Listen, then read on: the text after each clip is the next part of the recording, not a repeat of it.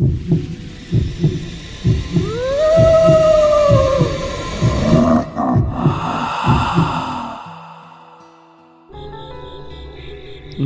যে গণ্ডির মধ্যে থেকে বের করে নিয়ে আসতে পেরেছি ভেবেই আলাদা একটা শান্তি লাগছে। এভাবে কখনো একা বের হওয়া হয়নি, এই প্রথম। মন বারবার ডেকে বলছে এবার নিজের মতো করে বাঁচতে। আর এই সন্ধ্যা,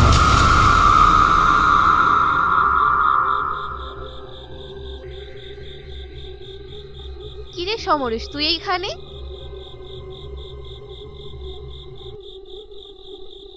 একটা কাজের জন্য আসা হয়েছে।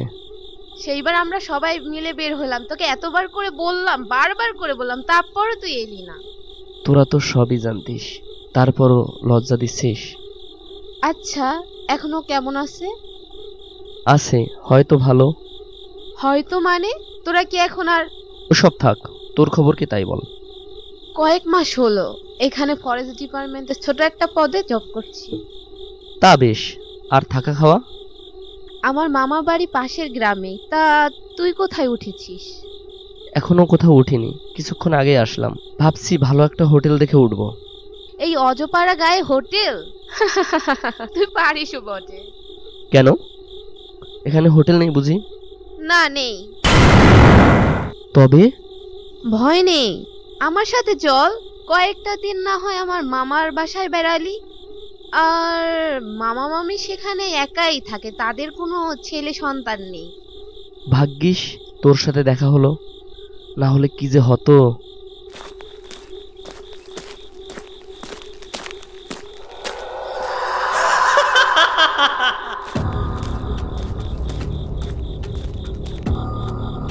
মামা মশাইয়ের বাড়িটা অনেকটা পুরনো ধাঁচের। বড় একটা বট গাছের পাশে চাঁদের এক মায়াবী আলোয় মাথা উঁচু করে দাঁড়িয়ে আছে। ভিতরে ঢুকতেই দেখতে পেলাম ধুতি পাঞ্জাবি পরিহিত একজন মধ্যবয়স্ক লোক একটি চেয়ারের উপর বসে আছে, আর তার পাশে দাঁড়িয়ে আছে এক ভদ্র মহিলা। তেনারাই যে মামা মামি বুঝতে দেরি হলো না। মামা, এ হচ্ছে আমার বন্ধু সমরেশ। নমস্কার। নমস্কার। সমরেশ এখানে ব্যক্তিগত একটি কাজের জন্য এসেছিল, আর একটা হোটেল খুঁজছিল থাকার জন্য। এই গায়ে হোটেল কোথায়? তাই তো নিয়ে এলাম। তা বেশ করেছিস। আরে, ছেলেটা যেহেতু দূর থেকে এসেছে, তা একটু হাত মুখ ধুয়ে নাও, খাওয়া দাওয়া করে বিশ্রাম নাও বাবা। যাও বাবা, তুমি হাত মুখ ধুয়ে আসো, কাল সকালে কথা হবে। আমি খাওয়া দাওয়া সেরে ছাদে গিয়ে একটি চেয়ারে বসে বসে এই মায়াবী পূর্ণিমার চাঁদ দেখছিলাম। অন্ধকার রাত তার মায়া যেন আরো বেশি করে ছড়িয়ে দিচ্ছে চতুর্দিকে। কতদিন যে এভাবে বসে বসে রাত দেখা হয়নি দেখা পূর্ণ চাঁদ। কিরে সমরেশ, একা একা বসে কি করিস? চাঁদ দেখছি, তুইও দেখ, আয়।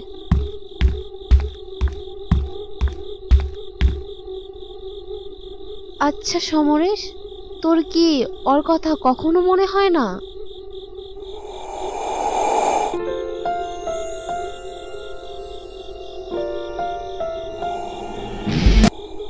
কার কথা? যে প্রজাপতি বসন্তকালে এসেছিল। তোরা তো একে অপরকে খুব ভালোবাসতি। ভালোবাসা? তুই ভালোবাসার কথা বলছিস? একটা মৃত ব্যক্তিকে কি কেউ কখনো ভালোবাসে? তুই বাসতিস? সমরেশ, এ কি অবস্থা তোর? আমার কি অবস্থা? আমার? তুই আমায় এই কথা জিজ্ঞেস করছিস? আমার এই অবস্থার জন্য কে দায়ী, কারা দায়ী? আমি কিচ্ছু জানি না সমরেশ, আমি কিচ্ছু জানি না। আমার সাথে এমনটা কেন করলি? কেন করলি বল? কি দোষ করেছিলাম আমি? তোদের কি ক্ষতি করেছিলাম? আমার ছেড়ে দে সমরেশ, আমি কিচ্ছু করিনি সমরেশ, সব নীলিমাই করিয়েছে। তুই সব মিথ্যা বলছিস তাই না? বল, মিথ্যা বলছিস? আমি তো তোকে ভালোবাসতাম সমরেশ, কিন্তু কখনো বলতে পারিনি। তুই তো জানিস নীলিমা আমার খুব ভালো বন্ধু। ও তোর সাথে থাকা অবস্থায় রাহুলের সাথে সম্পর্কে জড়িয়েছিল, রাহুল? কোন রাহুল? যার সাথে ওর বিয়ে হয়েছে। তুই থাকতে ও রাহুলকে কখনোই বিয়ে করতে পারবে না, তাই ও তোর সাথে আমাকে ভালোবাসার অভিনয় করতে বলেছিল। কিন্তু আমি তো তোকে ভালোবাসি, মিথ্যে অভিনয় কি করে করি বল?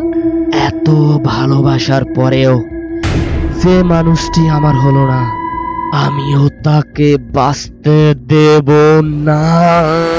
তারা সমরেশ, নীলিমাও তোকে ভালোবাসতো, কিন্তু